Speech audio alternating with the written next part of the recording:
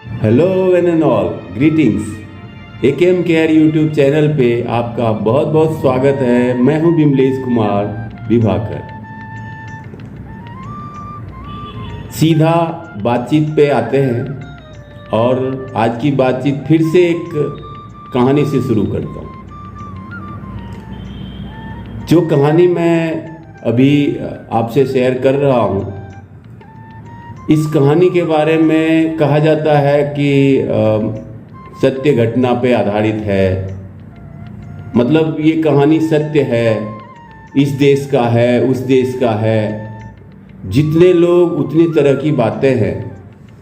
कुछ लोग कहते हैं कि नहीं, ये एक फिक्सियस स्टोरी है, मनगढ़ंत कहानी है, इस कहानी में कोई सच्चाई नहीं है। कुछ लोग कहते हैं कि नहीं, इस कहानी में हूबहू सच्चाई है, ये यहाँ की कहानी है, वहाँ की है। कोई कहते हैं यहाँ की नहीं है, वहाँ की है। मतलब जितने लोग उतनी बातें कही जाती है इस कहानी के बारे में। लेकिन मैं ये कहानी आपसे इसलिए शेयर कर रहा हूँ, कहानी चाहे सही है, सत्य घटना पर आधारित है या फिर मनगढ़ंत है, जो भी है, जहाँ का भी है, सत्य या झूठ, लेकिन इस कहानी से एक बहुत ही इम्पोर्टेंट चीज़ सीखने जैसा है, जिसकी वजह से मैं ये कहानी आपसे आज शेयर कर रहा हूँ। किसी एक देश के सबसे बड़े सेनाधिकारी थे, सबसे बड़े, मतलब उस देश में पूरा सेना का जो सबसे बड़े, सबसे ऊंचे पद के अधिकारी थे। उनको पूरे परिवार के साथ कहीं जाना था। सारी तैयारी की गई। वहाँ के उस देश के सेना में फॉलो होने वाले सारे प्रोटोकॉल के हिसाब से सारे तैयारी करी गई। जो सुविधा, जो रिसोर्स उनको मिलना चाहिए, उस हिसाब से पूरी तैयारी थी। वो पूरे परिवार तैयार हुए और प्लेन, विमान कहिए या हेलीकॉप्टर, उसमें पूरा परिवार, फिर उनके जो सुरक्षाकर्मी उनके साथ थे, वो उनके जो सलाहकार थे, एडवाइज़र वगैरह, प्लस वहाँ के रूल के हिसाब से कुछ पत्रकार वगैरह, वो सारे लोग उसमें सवार हुए।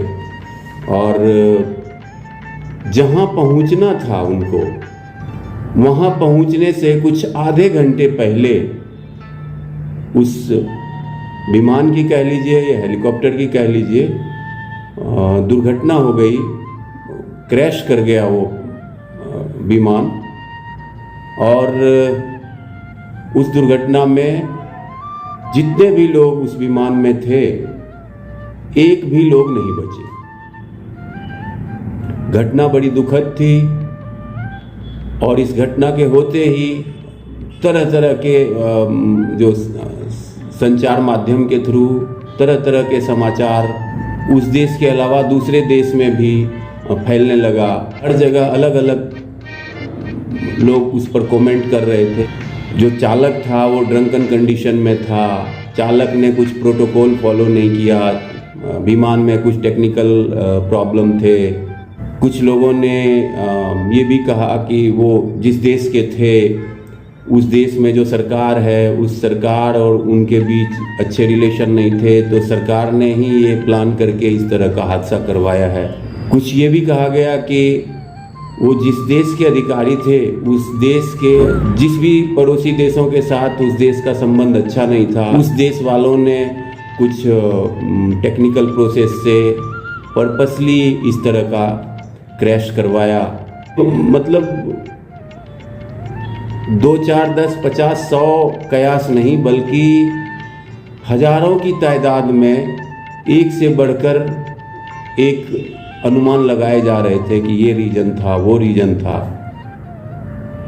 फाइनली वहाँ के स्पोक्स पर्सन ने एक ऑफिशियल संवाद जारी किया और बताया कि ये रीजन से दुर्घटना हुई और ये काफ़ी दुखद है वगैरह। जो ऑफिशियल जो स्टेटमेंट देने थे वो दिया गया। कुछ दिन बीता, मामला बहुत सारी इंक्वायरी हुई, बहुत सारे इन्वेस्टिगेशन हुए और बाद में कुछ ऑफिशियल अनाउंसमेंट भी किया गया कि फाइनली ये रीजन था वगैरह वगैरह। जो विमान चालक उस विमान को ड्राइव कर रहा था उसकी भी मृत्यु हो गई थी उसमें। उसी जगह पर कुछ साल 1-2 साल पहले कोई चालक उसी प्रोफाइल के लिए कार्यरत था और जब वहाँ किसी मीडिया स्पोक्सपर्सन को ये मालूम चला कि ये आदमी 2 साल पहले उसी जिम्मेदारी में था जिस जिम्मेदारी को पूरा करते वक्त वो विमान चालक पूरे सैन्य अधिकारी परिवार समेत दुर्घटनाग्रस्त हो गए और सब गुजर गए। उनसे पूछा कि क्या आप कुछ शेयर कर सकते हो कि क्या रीजन रहा होगा। उन्होंने ये कहा कि जितने भी अनुमान लगाए गए, जितने भी रीजन बताए गए, उसमें से सारे रीजन हो सकते हैं, लेकिन ज़्यादातर जो बताया गया वो ये था कि मौसम खराब था, चालक को विमान चलाने में दिक्कतें आ रही थी और इस वजह से दुर्घटना हुई। हालांकि आज की टेक्नोलॉजी इतना एडवांस है कि मौसम कितना भी खराब हो इस तरह की वारदात होने के चांसेस बहुत कम हैं, और वो भी जहाँ पे इतने बड़े सैन्य अधिकारी हों वहाँ तो और भी इस तरह की वारदात होने के चांसेस कम ही होते हैं। लेकिन उसने कहा कि जो विमान चालक था वो भी ऑन ड्यूटी काफ़ी डिसिप्लिन था, पर्सनली मैं उसको जानता था, लेकिन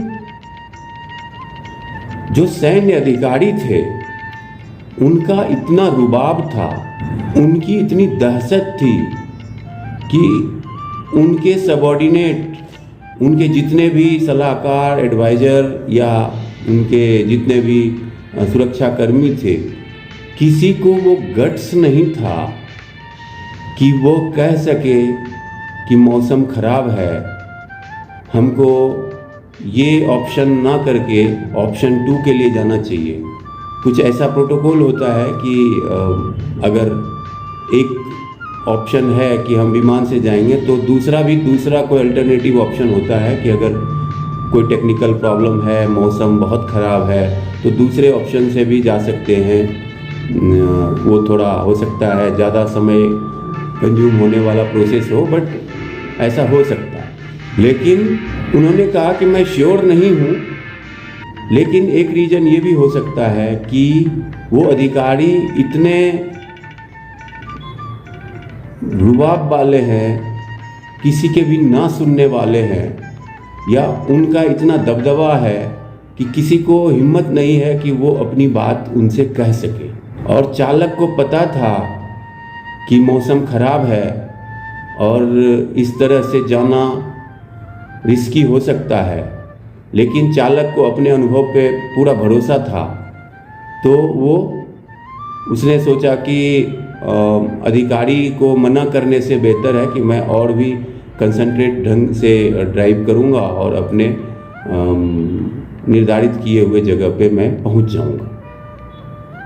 और ऐसा हो न सका, और जिसकी वजह से ये दुर्घटना हुई होगी। अगर इस कहानी का कहीं भी संयोग से किसी भी कहानी से लेना देना है तो ये एक संयोग हो सकता है। मैं इसको जस्ट एक कहानी के रूप में ही आपसे शेयर कर रहा हूँ।